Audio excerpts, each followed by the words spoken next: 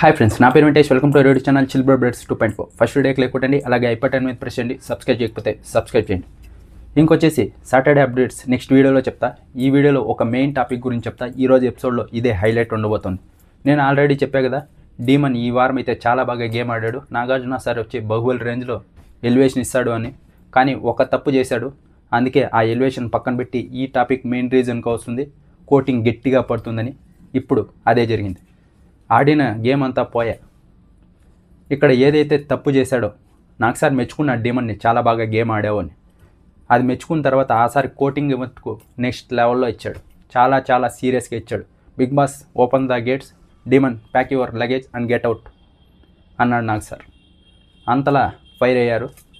ఎందుకంటే చెప్పాను కదా, రీతుతో అలా బిహేవ్ ఏదైతే చేశాడో ఆ వీడియో ప్లే చేసి చూడు ఎలా ఉందో, ఎలా కనిపిస్తుంది.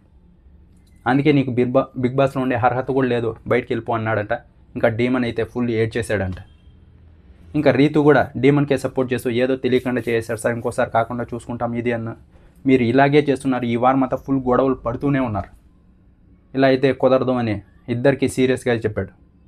ఇంకా డీమన్ నువ్వు బయటకు వెళ్ళాలి అని చెప్తే, ఇంకా ఆ తర్వాత వచ్చేసి రీతు అలాగే డీమన్ ఇద్దరు నాకు సార్ రిక్వెస్ట్ చేసుకున్నారు, నెక్స్ట్ టైం నుంచి ఇలా కాకుండా చూసుకుంటా సార్, ఏదో తెలియకుండా అయిపోయిందని.